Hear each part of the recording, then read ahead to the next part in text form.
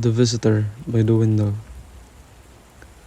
In a remote province nestled deep in the mountains, there's an old boarding house for students who travel far for school.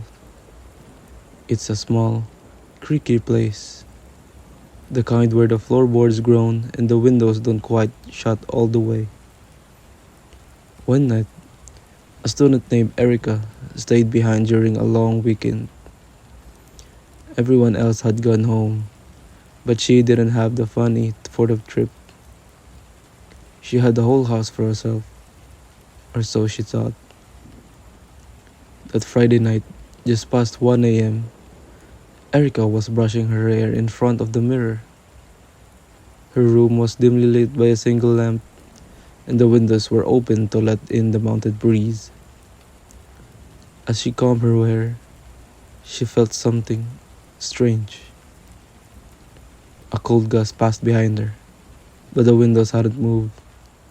Then, in the mirror, she noticed something odd. The curtain behind her lifted, as if someone was standing there, watching. She spun around. No one. She closed the windows, locked them. She shut them down, but her reflections didn't move with her. It just stood. Then, her reflection smiled. A wide, crooked grin that wasn't her own. The light flickered. She backed away slowly, eyes still on the mirror.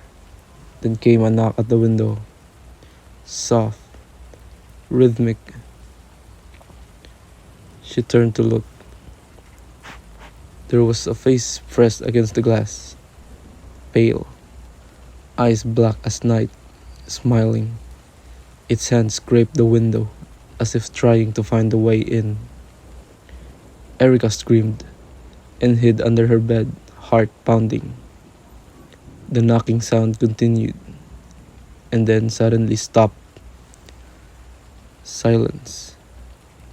She waited. Then, from under the bed, she heard breathing, slow and ragged, not from outside, but inside the room. Something was crawling. Closer, closer.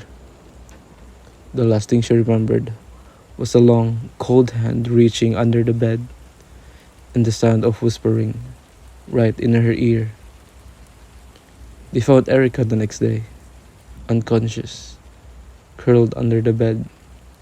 Her hair had turned white. She never spoke about that night again. But sometimes, new boarders say they heard tapping on the windows at night and see a girl brushing her hair in a mirror that no longer reflects anyone at all.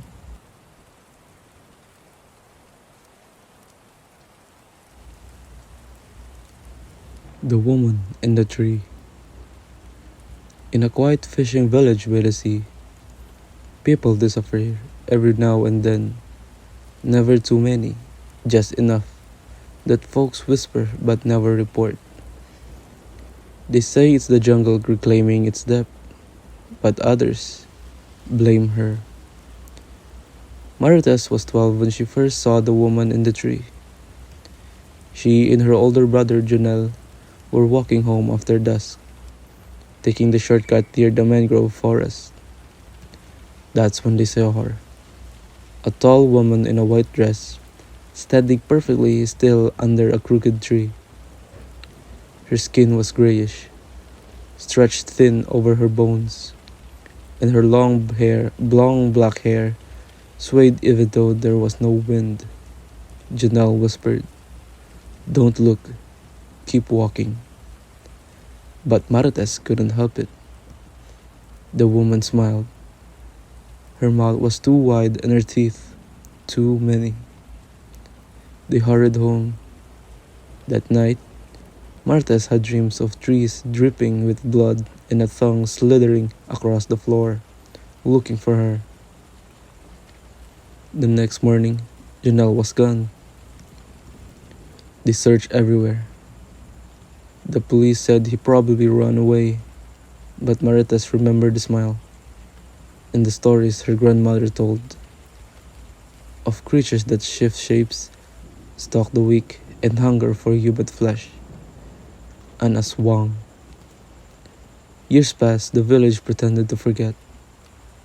But last summer, when Maritas returned as an adult to visit her aging mother, she heard the same clicking sounds in the trees at night. And one evening, she stood outside brushing her hair. She noticed something. Across the yard, higher up in the branches that same crooked tree, two glowing eyes watching her. The woman hadn't aged, still pale, still smiling. That night, Martha locked all the doors, placed salt on every windowsill, and clutched her grandmother's bolo under her pillow. Around midnight, the roof creaked, the tiles shifted, something wet dripped from the ceiling. She looked up and saw a long black tongue sliding through a crack, tasting the air. She didn't scream. She ran outside and set the trees on fire. The next morning, the tree was nothing but ash, but around it they found bones, dozens of them. No one speaks of it. The villagers rebuilt the fence and told travelers to stay on the main road. But at night, when the moon is full and the wind is still, you can still hear the clicking. Because some trees grow back, and some monsters never really die.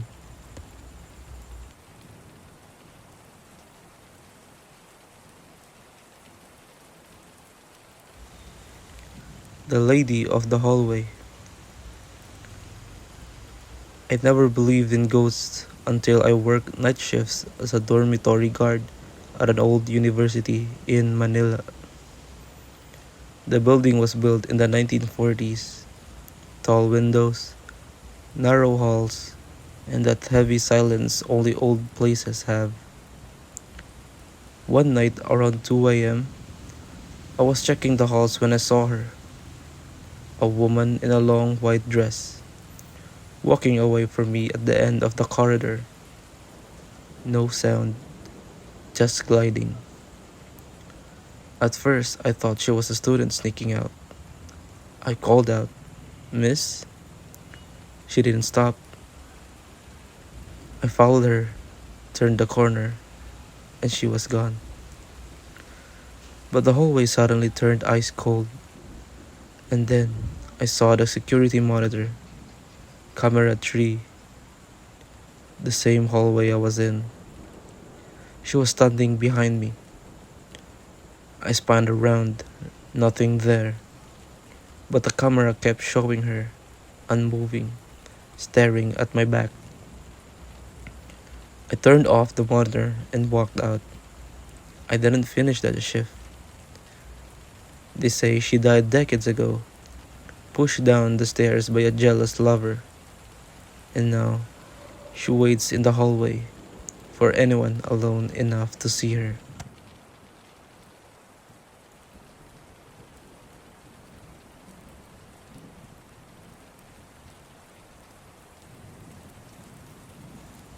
The Kapre by the mango tree. I grew up in the province, where everyone knows never pee on a tree at night, especially not a mango tree. But I was 15, cocky, and stupid.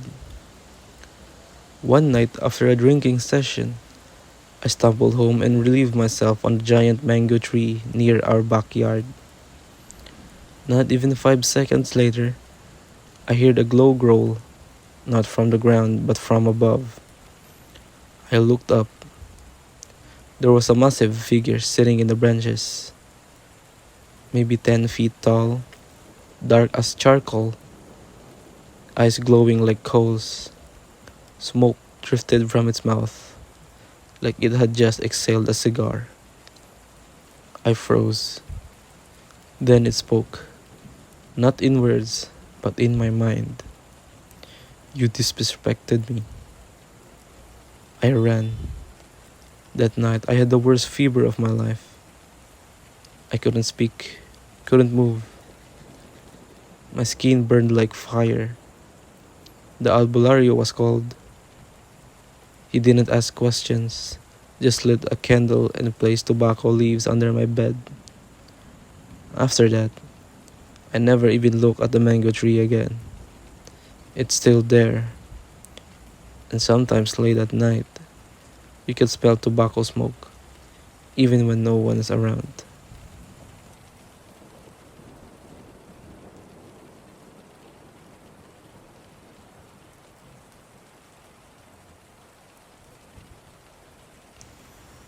The Diwata in the river. When I was younger, my cousins and I would swim in a river deep in the forest. The water was crystal clear, surrounded by ancient rocks and vines. It felt untouched. One time, I wandered away from the group. I found a pool beneath a waterfall. That's when I saw her, a woman standing knee deep in the water, wearing a dress made of leaves and beads that shimmered in the sunlight. She looked at me and smiled. My chest felt warm, light. She beckoned me forward. I took a step, then another. The water got deeper, too fast. I couldn't feel the bottom anymore. Suddenly, my cousin yanked me back by the arm, shouting. I gasped and realized I had gone too far. The current was pulling me under. When I looked back, the woman was gone.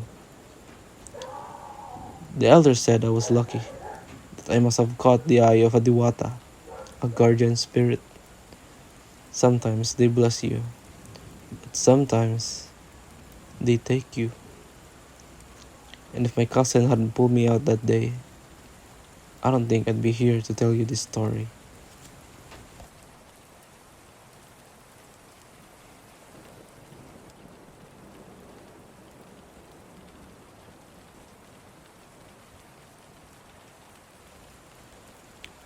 The Duwende in the Walls. When I was 9, we moved into my grandfather's old house after he passed. It was small and dusty, but I liked it until I started hearing scratching inside the walls. At first, I thought it was rats. Then I started waking up to small piles of soil by the bed. Not dirt, rich, fresh soil, like from a garden. My parents blamed my imagination. Then came the bruises. Little ones at first, on my arms, legs, even my neck. They looked like fingerprints. My mom said I must have been rolling around too much in my sleep. But one night, I woke up and saw it. A tiny figure, maybe 2 feet tall, standing at the foot of my bed. Its skin was dark, wrinkled like tree bark. It had red eyes and a toothy grin. I couldn't move. I couldn't breathe. It just stood there, watching. The next day, my grandmother visited.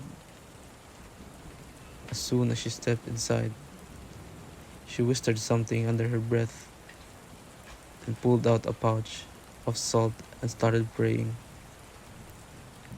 She told us I must have disturbed a duende mound when I moved furniture in the backyard. We offered food, apologized, and left candy by the garden every Friday. The bruises stopped, the scratching stopped, but I still hear faint giggling in the walls, especially when I forget to leave candy.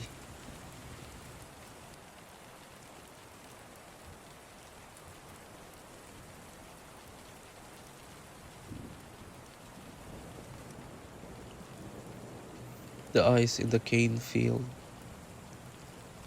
My uncle owns a sugarcane farm in Negros, and I used to spend summers there. The place was peaceful during the day, golden fields swaying in the wind, insects buzzing lazily. But the workers warned me, don't go near the cane field after dark. One night, I stayed too long feeding the dogs. As I was walking back, I heard it, a baby crying, soft, weak, just beyond the path. My chest tightened. Who would leave a baby out there? I stepped inside the cane field, calling out. The crying grew louder. I pushed deeper. The stalks towered me over now. I turned in circles. It sounded like the baby was just ahead, but I never reached it. Then everything stopped. Silence. And then I saw them. Eyes. Dozens of them. Low to the ground, watching me. The baby's cry turned into a growl, high pitched, then screeching. I ran, sloshing through the canes until I tumbled out into the dirt road. One of the workers found me shaking and covered in scratches. He didn't ask what happened, just handed me a pouch of garlic and told me not to look back. They say Chanak lure people at a baby's cry, then devour them when they get too close. I haven't gone back since.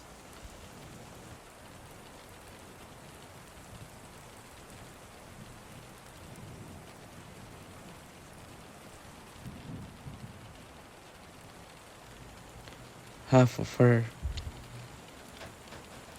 In a quiet town surrounded by rice fields and coconut trees, people say the night air hums differently during the Holy Week. It's when old creatures stir, hungry, searching. Maria had just moved there, a new midwife from the city, young and curious. The townspeople welcomed her, but kept glancing at her stomach. She was 6 months pregnant. They told her, if you hear wings flapping at night, close all your windows. Don't look outside, and whatever you do, don't sleep near an open window with your belly exposed. Maria smiled politely. She didn't believe in superstition. On her fourth night, just past midnight, she heard it. A wet, flapping sound, like giant leathery wings above the roof. Dogs howled. Chickens scattered in their coops. She turned off the light and peeked through the slats of her window. Above the house, silhouetted by the moon, was a creature. A woman, or what was left of one. Her body ended at her waist, intestines hanging like vines. Her arms stretched unnaturally long, and black wings grew from her back. Her mouth was open, tongue extended, reaching downward toward the roof. Maria stumbled back, heart pounding. She remembered the stories. A manananggal, a flying, half-bodied creature that preys on pregnant women, drinking the hearts of their unborn children. Outside, the creature's tongue scraped along the roof tiles. Maria grabbed garlic and salt from the kitchen, anything the builders mentioned. She spread them on the windowsill, trembling. Then she heard it. A thud from outside, near the trees. Something had fallen.